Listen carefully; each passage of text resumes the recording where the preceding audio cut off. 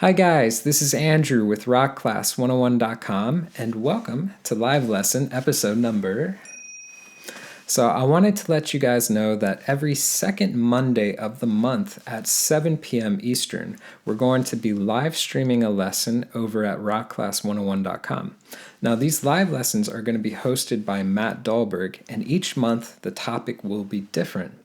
So what's fun about the live lessons is that you're not only able to watch live, but you're also able to chat live.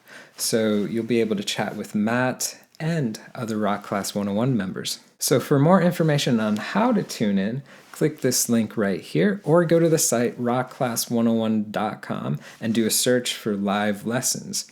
Now on that page you'll also be able to watch every live lesson that we've done before. So if you've ever missed one, no worries, they're all there. Now, if you can't make the live stream, don't sweat it, because the day after the broadcast, we'll be publishing it to our YouTube channel. And to go one step further, on the first Monday of the month, which is 1 week before the broadcast, we're going to have a forum post up on the site, which will cover two things. Number one, what the topic for the month's live lesson will be about. And number two, you'll be able to post your questions ahead of time. So that's great news because you're still going to be able to participate. Now to post on our forum, all you have to do is sign up for basic membership, which is 100% free, and that will gain you the ability to post on our forums. All right, guys, so I'm going to go ahead and hand it off to Matt to teach this month's lesson, and I hope you guys enjoy it. So today we're going to work on the 3 pillars of music. And if you want some extra feedback with this and some extra insight, check out the music theory course on Rock Class 101, where you can find out a lot more about this stuff. But today we're really going to be unpacking the 3 pillars of kind of what makes music music, at least in more a pop song sense. And we're going to be using the ukulele to talk about it. And so let's start by talking about the 3 sort of pillars and what these are. So there's 3 main parts to music. The first is the melody, the second is the harmony, and the third is the rhythm. So there we go, all done, right? No, just kidding. What happens with these 3 different parts is they all weave together to make most songs the way that we love them and the way that they sound. And every song's a little bit different, so the importance of these 3 different things changes from song to song, but every song sort of has these in them. So let's actually take a step back to talk about this concept. Let's think about a solo ukulele player that sings. So not me, I don't sing for the sake of everybody involved, but let's imagine a solo ukulele vocalist with their instrument. If they are strumming and playing chords and singing, they're really playing all 3 of these sections. So to think about this another way, a melody is the primary collection of notes that really make a song what it is. Usually the melody is sang. And so when we're playing with pop music, it's pretty easy to identify the melody because it's going to be the thing that has words and that is sang by the vocalist. So if we imagine our ukulele player on stage playing, whatever they're singing is essentially the melody of the song. Now, the harmony is a little bit different. Harmony is going to be essentially the background to the melody. It's there to support and give context and texture to the melody. So in the case of our solo ukulele player, that's whatever chords they're playing on their ukulele as they're strumming whatever they're doing. Those different chords are different harmonic things to give you a different perspective for the melody. In fact, let's dive a little bit deeper into this. So if a melody goes something like this, does that sound happy or does that sound sad? Well, it's a very subjective question, right? I think a lot of people might say it sounds sad at first. Some might say it sounds happy, but harmony can be the texture that gives a context for how we should be feeling with this. So the melody to my little made up song here, just this C, B, A, B, C. If I put a C chord, G7 chord, F, G7, and C, does it sound happy or sad? It sounds quite happy, and that's because I'm using these major sounding chords, C major, very strong sound, to make it sound really final and complete. Sounds very happy and uplifting, right? But if I did that same melody with let's say I do an A minor, an E7, let's do a D minor, and then an E7 back to A minor, that would sound something like this.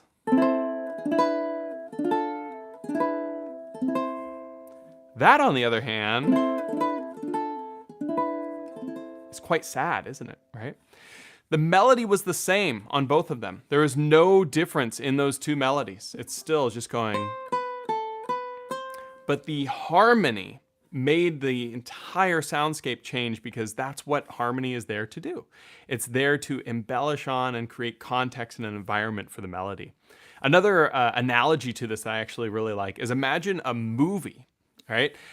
Whatever movie you might imagine. If any of you know me, you know that I would say Star Wars as the movie. But think about the movie Star Wars for a moment. If you haven't seen it, I highly recommend it. If you imagine just the characters in a white room with nothing else going on, how interesting is it? Well, I mean, if it's Han Solo, Luke Skywalker, and Princess Leia, it's still interesting, but it's not that interesting, right?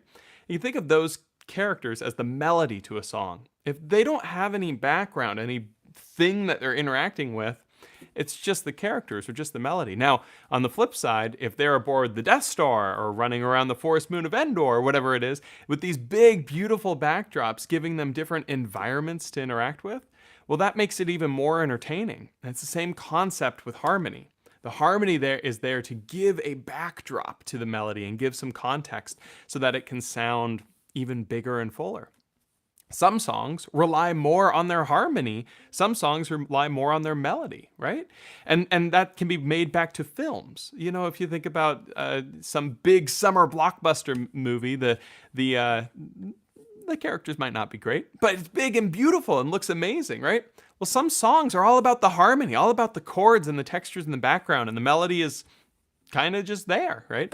Well, and now if we look at it the other way, sometimes songs have very simple background and a really beautiful, more complex melody. And that's like a drama film where, it's taking place at a school or something. The backdrop isn't that interesting, but the characters are very interesting. So I'm kind of beating this one to death, but I love thinking about music this way because it can help you realize that it's not just black and white.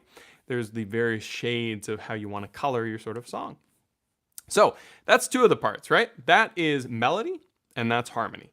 The last part is rhythm. Now, if we think back to our solo ukulele player again, right? The rhythm is the strum pattern that they're using, right? So harmony is going to be the chords, melody is whatever's being sang, and the rhythm is going to be whatever's strummed, right? We can think of rhythm essentially as the groove of the song or the feel of the song. And rhythm is oftentimes implied when a melody or harmony are played, because usually when we play anything, we have a rhythm to what we're playing.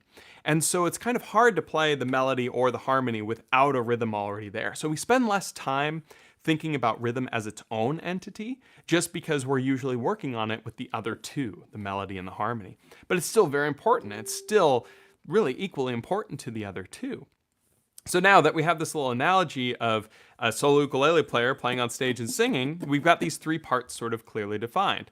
The rhythm is going to be whatever the strum pattern is, the harmony is going to be whatever the chords are, and the melody is going to be whatever's sang. So to work on this a little bit further today, we're going to use Puff the Magic Dragon, which is a song that I did an arrangement of here on Rock Class 101. So check that out if you haven't already.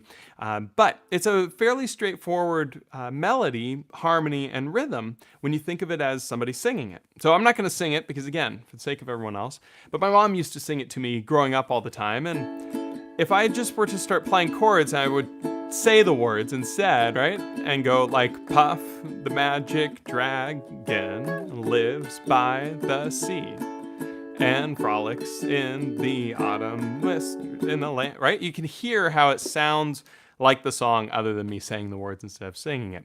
But there we go. Cool, right? Well, let's look at me again for a moment. I don't like singing, but I love playing the ukulele, right? So if I'm not going to sing, how do I play the ukulele? Well, I like to put the melody in within those other parts. And that's what the arrangements that I do on Rock Class 101 and everywhere else, all the songs that I play, all the tunes on my album, they're all trying to play the melody, the harmony, and the rhythm all just on the ukulele by itself. And that's what makes it a little bit more difficult, a little bit more of a juggling act, because now we're playing these multiple pieces all at once. So if we look at Puff the Magic Dragon, let's think about the melody for a moment. So the melody of Puff the Magic Dragon is Puff the Magic Dragon lives by the sea, right? Those notes can be played like this. Puff the Magic Dragon lives by the sea. And the way that you would know that is if you watch that lesson on Puff the Magic Dragon, download the tab and play along with it, you'll notice that those are the last notes that are played on all of the chords and individual notes as I'm going through. Again, that's Puff the Magic Dragon lives by the sea, right? Now, if I were to just play that melody, it's kind of boring, right? You know, that's not, no one's going to want to go see a solo ukulele concert where somebody's just going.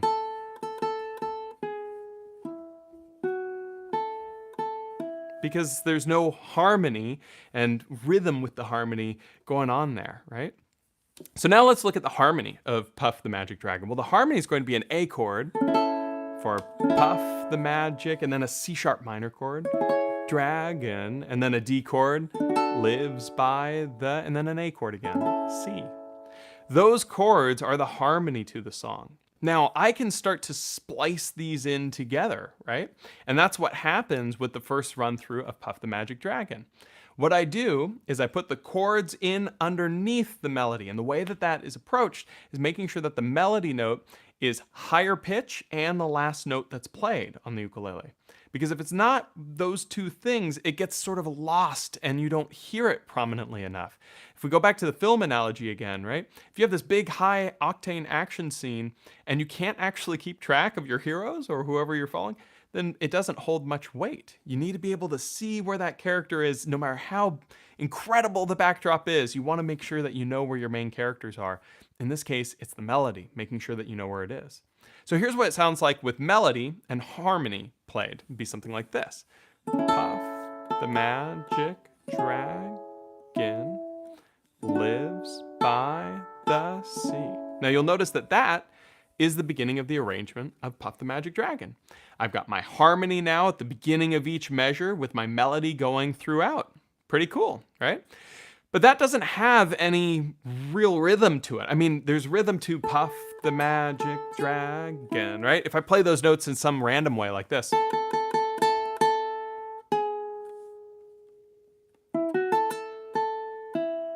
That doesn't sound like Puff the Magic Dragon because there's a rhythm to that melody, right? But I also want to be able to have that rhythm go with the harmony. In fact, rhythm and harmony are oftentimes really closely tied together for how we do fills on the ukulele, just because that's where our strumming and picking fills sort of come into play.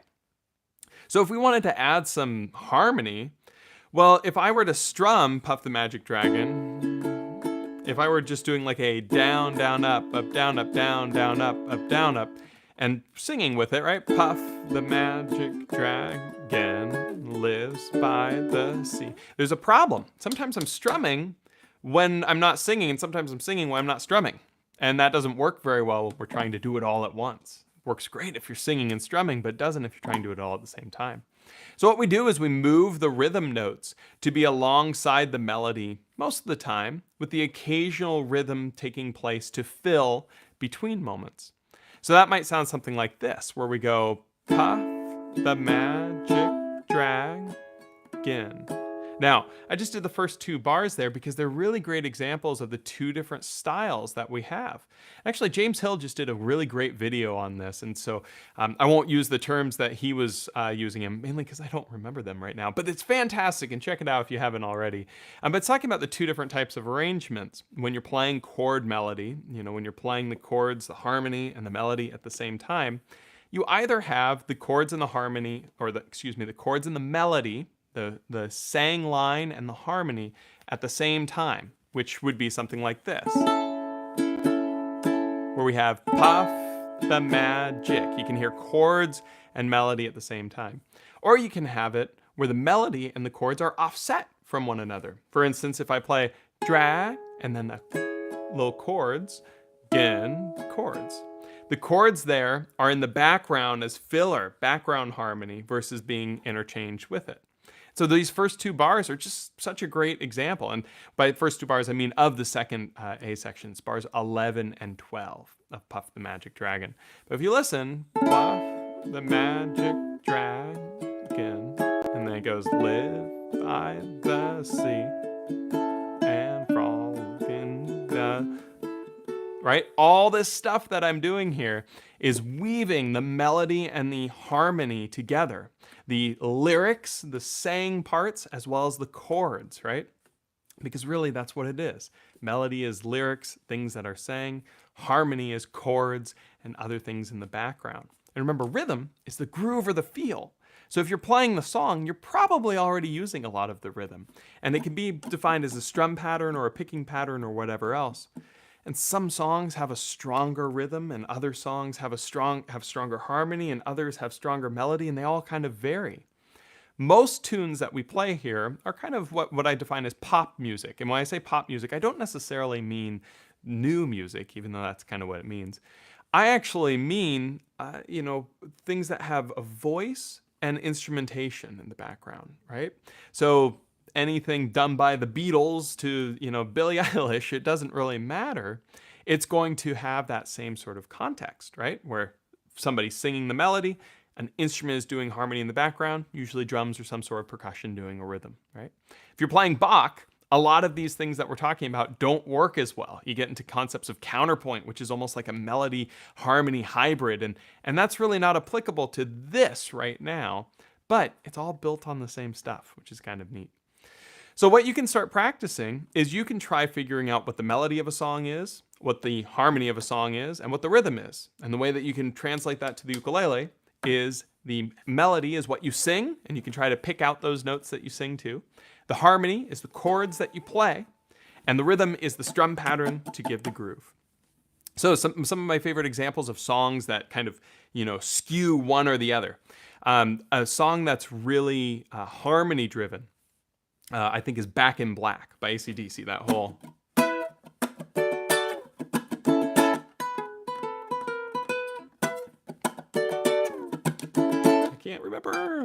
I can't remember how to play it. Something like that. But you get the gist of it. This is very harmony driven because it's that guitar playing these chords in the background with these riffs.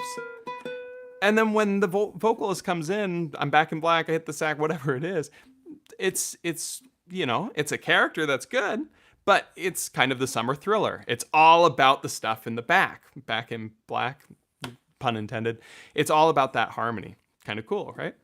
On the other end of the spectrum, though, if you're playing a song that's very melodically driven, right, you can think of songs that have a singular voice going through. I think Puff the Magic Dragon is a great example of that, right? Because you can have that melody really carry this tune. You know exactly what it is. For another kind of pop song, one of my favorite examples is In My Life by the Beatles. When you're doing the...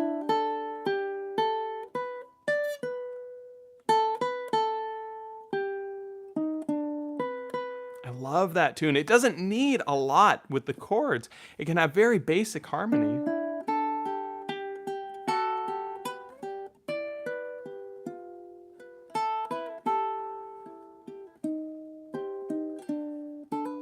Right? Very simple harmony. There's not a lot of stuff going on there. It sounds great because it's melodically driven, right? And at the same time, what if we have something rhythmically driven, right? Well, rhythmically driven stuff is a little bit less popular, but it does exist, especially when you get into more Latin style beats, like what's called a 3/2 clave, which is that,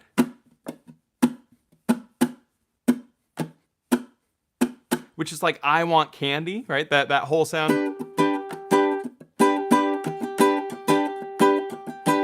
That sound is so strong, and it's not harmonically strong. It's just a chord. It's not really melodically strong. It's the rhythm that's carrying it, right? This is also really common in like flamenco music when you're doing this sort of,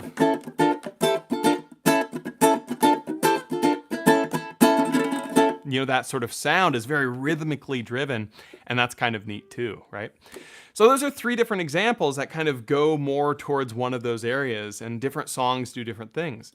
I find for arrangements that I do, I look for songs that have very strong melodies because then I'm able to be more creatively free with the harmony parts. That's why most of the songs that you see me do on Rock Class 101 have these very, very, iconic melodies. I find it's a little bit easier to arrange and more importantly, easier to make sound good. sometimes more rhythmic and more harmonic rich stuff, it's harder to make sound really good on a little 2-octave ukulele. So there you have it. That is melody, which is the voice, the lead line of melody notes. Harmony, the chords, the context. If we're thinking about film, it's like the backdrop to the melody being our main characters. And then the rhythm, which is the groove or the feel and kind of the heartbeat of the song, which oftentimes is already part of the harmony and the melody. I'm going to open this up to questions now. So if you guys have any, I'll be here answering as many as I can. But melody, harmony, and rhythm are much wider of a concept than what I'm talking about right now. Because again, if you're using what I'm saying right now to go look at Beethoven, Mozart, and Bach, it's a little bit narrow in terms of its scope, but it's all built off the same stuff, and it's pretty fascinating when you're working it out. So let's see if there's any questions or anything else. I'm going to refresh the chat too, just make sure that it is working. Hello, Zill. Hello, Connie. Hello, RB Ukulele Vids. Thank you guys for coming. You guys are all regulars, so I appreciate you making it out each month. It's always fun to see more people there. Our RB Ukulele Vids says, I'm here playing it reggae style. I have a feeling that's a bit unconventional. Thank you for saying that, because what makes it reggae style? It's not the chords, it's not the melody, it's the rhythm, right? That if you're starting to do this,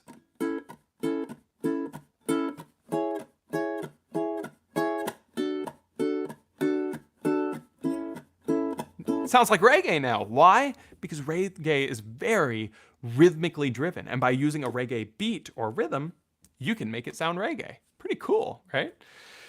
So Zill also, or RB Ukulele Vids also said, I see what you're doing, the second half of the tab. Yep, so when I was doing the Puff the Magic Dragon with the more rhythm hits, it's the second half of the tab starting on measure 11. Zill says, ooh, Teach Us Back in Black. I'd have to relearn it. It's been a few years since I've played it, but maybe. Again, it's unlikely I would do a solo arrangement of Back in Black because the melody is not that pronounced, right? It's more about the harmony, and I tend to try to do songs that have more melodically driven sounds. Zill says, dynamics and rhythm. Rhythm is always quieter. So not necessarily, but usually. So when you're playing with dynamics, melody is really normally the loudest and most in the forefront. It's just the most important part of a song because it's what makes the song the song. Unless it's a tune that's very harmonically and rhythmic driven, which is more uncommon than common. In those cases, I would play the rhythm and harmony louder, like something like Back in Black. It's got to be there, right? But generally speaking, the rhythm and the harmony go more in the background for the melody to be more brought forward when you're playing it on a solo ukulele. RB Ukulele Vid says, yep, that sounds like what I was playing. Awesome. I'm glad that that's sounding good there. So let me see if there are any other questions. Again, please leave your questions there if you have any. I'll be answering them as we go here. I'm also going to check the Rock Class 101 website. Every month when we do these live lessons, I look at the forum post and look at all the posts that people have done there if they have any questions. So if you're watching this as a recording and you are unable to attend any of these live lessons, check out the thread on the monthly live lessons forum to be able to ask questions. So let's see right here. Looks like the only question involved the new time. We are at this new time of 4:30 p.m. Pacific, which is 7:30 p.m. Eastern, and a bunch of other times all over the world. And so it works better for me because sometimes my son sleeps till 4 on his nap, and that's unfortunate. I have to go live at 4, and I have to also be with my son, waking him up. Grandma watches him on live lesson days for a little bit. But anyways, too much information there. So let me pull back open the chat. I just saw a new one pop up. Connie says, I have a musical question that's not necessarily related to the topic. Yeah, absolutely. Feel free to ask. I'm not seeing a whole lot of other questions. So, any questions you guys might have, feel free to fire away.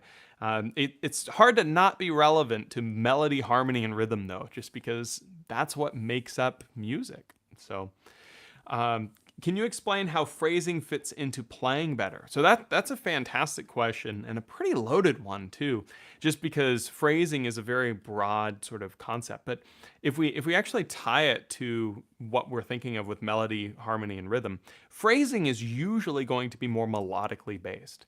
And if you think of a melody and phrasing, what you can think of is moments or ideas. So with songs, oftentimes we divide things into bars, right? But the bars don't tell you a musical moment or a phrase. For instance, Puff the Magic Dragon. If I go, Puff the Magic, that's the end of the bar, but it's not end of the phrase, right? For the end of that phrase, I need dragon, right? Puff the Magic Dragon. I feel like that's a little bit more of an end of a phrase. And you could even make the argument that it needs to go, lives by the sea. Maybe that's the end of a phrase, right? What you want to do is you want to try to find phrases in music where you can naturally have these moments of sort of rest. Sometimes that does mean not being exact to the meter, but usually it doesn't. Usually it's more where you can figuratively take a breath. So to give an example here, if I go, Puff the Magic Dragon lives by the sea. And so what I did there is I took a breath after C before going and frolics in the autumn mist, I think is what it is. Even though this note, the open A, after we go, Puff the Magic Dragon lives by the sea, and that's in that bar. This is in bar 4. I don't think of it as part of the same phrase. So be careful to not make phrases just measures 1 through 4. Sometimes it's about the notes that are in them. And then the beginning of the next phrase occurs actually at the end of measure 4. When I'm learning music and trying to memorize it, I try to do it this way because it helps me tie together the sections more and makes it sound more natural when I'm going between them, to have these natural moments of breathtaking where it's just you're playing through the thought, take a breath, and go on to the next one. I hope that helps some. With phrasing, it's, again, a pretty loaded concept, and I think that would make a good live lesson, just phrasing in general. But let me know if that helps. Zill says, how do you write a unique rhythm into a simple melody? That's a cool question. So there's no real right or wrong way to do it, but generally speaking, look for a key that you want to play in, and then look for chord tones. So what this means is, when we're playing a melody and we're playing harmony, which one came first? Well, it's kind of like the chicken or the egg, and there's no real right answer. I mean, the melody did come first. Like objectively speaking, but when you're writing a song, sometimes you use harmony and write the melody around it. So if I'm trying to, let's say I've got a cool rhythm, my rhythm goes dot, dot, dot, dot, dot, dot, dot, right? I want to use notes of a scale, so we'll say C major, and then I'm going to use notes of a chord, and maybe the chord that I'm picking is C major, and what those notes are C, G, E, and C, any versions of those notes. And so now when I do my dot, dot, dot, dot, dot, dot, dot rhythm, I want to focus on C, E, and G as my notes because harmonically they're going to tie to the C chord. And then I can use the notes of C major to go in between. So dot, dot, dot, dot, dot, dot, dot could be dot, dot, dot, dot, dot, dot, dot. So what I did there is I did E, F, E, D, E. So E twice, because it's a chord tone, more important. And then I played a C and a G, both chord tones. Now, I went through that very quickly. Again, it's a kind of loaded question. But the concept there is when you're looking to make a melody to sound good, keep it in a key and try to focus around the chord that you want it to sound like. In that case, I did C major with a C major chord. And maybe I do it in C major with a G7 chord, right? And then I might go something like da, da, da, da, da, and then da, da, da, da, da, da, da, da, da, right? And you can hear how now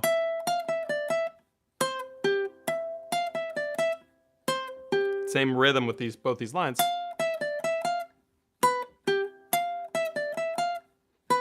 I'm focusing on notes of the chord as well as the notes in the scale to create the melody to sound a little nicer. I think that probably will help. Connie says, I guess I have trouble determining where the phrase should naturally end and start if it's not a song with lyrics. Yeah, absolutely. And most songs that you play hopefully have lyrics, even if they don't, meaning like Puff the Magic Dragon, the tab here on Rock Class has no lyrics listed, but it's a song with lyrics. And so pulling up the lyric sheet and playing along with that can be very helpful. If you're playing a song that literally has no lyrics, there's some subjectivity to it of what the melody notes are. It's kind of funny because I've written some songs and posted tabs of them or taught them in private lessons or whatever else. And I've with some of these, I hear the player, my student working on it, and I think that's not the exact melody. And I talk to him about it. It's what they heard as the melody, and it's kind of cool because it's like, well, it's not because I wrote it, but at the same time, it doesn't matter because if I'm the only person in the world that perceives that as the melody, and everyone else perceives it as harmony, and vice versa, cool. I mean, that's what's great about music and why the harmony versus melody, sometimes the area is sort of skewed.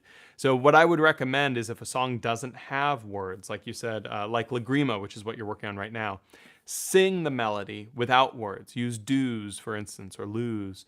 Sing just that melody and then feel where you naturally take breaths with what you're playing. And then you can translate that back to the ukulele. At the end of the day, the most perfect instrument in the world is the human voice, and everything we play tries to emulate it. Everything we do tries to emulate it. And the ukulele is nothing like a human voice in terms of how it's articulated in things, but we do everything we can to make it sound more like it. We use things like slides in the same way we slur notes. We take breaks in the same way people do to take breaths. So if you can create the sound with a voice and then try to recreate it on the ukulele, it can oftentimes help with the phrasing and get better clarity for what the melody of the song is versus the harmony. And so it's kind of fun. Connie says, I play through it and somehow it just doesn't sound the same. Either I'm not getting the rhythm right or my phrasing's not good. And it also can just be not quite comfortable yet with it. I'd recommend breaking it off into smaller sections to help with that. But I'm not familiar with the tune. I know that it's a new one here on Rock Class. But it's I think if you can sing the melody, try to find where those notes are, it'll make it easier to play through. So I don't see any other questions, so I'll let you guys go. Just to recap, though, melody, harmony, rhythm. Melody is what's sang, harmony is going to be the chords, and rhythm's the strum pattern. Very easy way to break it down, but really you can think of it as melody are the main characters of your movie, harmony is the backdrop that they're experiencing, and then rhythm is like, the soundtrack and the pacing of the movie. It's all the stuff that gives it its groove and feel. So I hope you guys got something from this. I love talking about these three concepts and could talk about it for a couple hours. So maybe we'll do another stuff with it later, some more. But good times. So thank you guys so much for attending. I'll see you guys next month. And as always, if you have any questions, feel free to leave them in the comments down below. Take it easy.